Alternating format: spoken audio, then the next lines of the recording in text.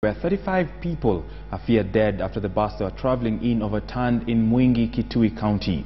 The Kenya Red Cross rescuers on the ground have managed to pull 50 people who've sustained injuries from the wreckage and have been rushed to Mwingi District Hospital. Now the bus is said to have left Nairobi at midnight and was en route to Mandera when the driver lost control of the vehicle at 3 a.m. this morning.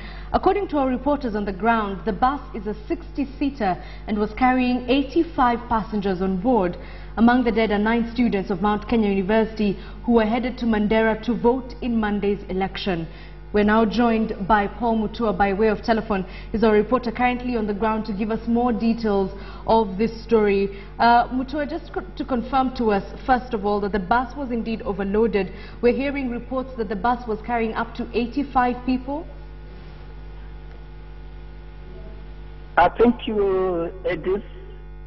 The report we are getting here in Mwingi is true that the bus was overloaded, and it's true, as you said, it had more than it was overloaded, and it had 80 passengers on board. And I was able to talk to one of the passengers, Hamid Hassan, who escaped with slight injuries. He said the bus, which is Christine's modern Desert cruiser, left Eastleigh at 1 a.m. heading to Mandera with more than 80 passengers on board. Hassan says he was seated near the driver when he appeared doors off before the bus veered off the road. Hassan claims that the driver jumped from the steering wheel heading to the passengers while screaming. Hassan suffered cuts on the legs, hands and face. The vehicle's front tires and the roof were completely ripped off. Hassan says that he crept through the window and helped police take some of the injuries to hospital. At around 8 a.m. this morning, some of the dead and injured passengers were still trapped in the vehicle's wreck. Legs of some of the dead passengers could be seen protruding from the broken windows. Police arrived at the scene 20 minutes later and rushed a few injured passengers to hospital. It was not until 10 a.m.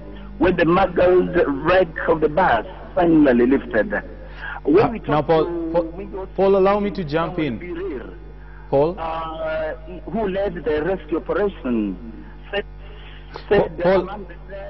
Paul, for the sake of clarity, just give us the numbers in terms of how many casualties, how many fatalities from the accident. Hospital told us that this accident, there were difficulties during the rescue because of the how the bus was damaged. He says the circumstances of the accident was not clear, but suspected that the driver fell asleep on the sloped section of the road before losing control of the bus. Hospital tells us the driver of the bus sustained slight injuries and fled from the scene. Hello, Paul. At the accident scene, the relatives of the victims who had traveled from Mandera and Garissa wailed painfully.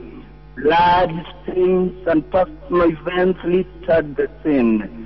Police also had a hectic time controlling a huge crowd that swamped the accident scene. Also, Defense Assistant Minister David Musila was here in the morning and visited the scene a few hours later and consoled with the bereaved families.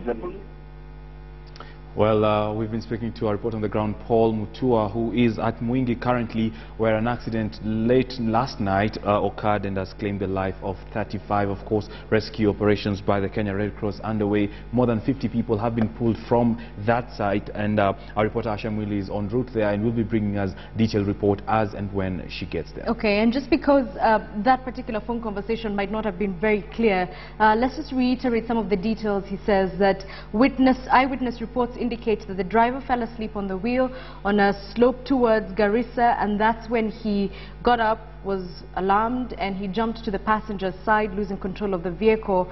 And that particular incident is what led to the death of 35 people. According to the reports on standardmedia.co.ke, that's our online page, it says that 11 people died on the spot and 24 others died while being attended to in a nearby hospital.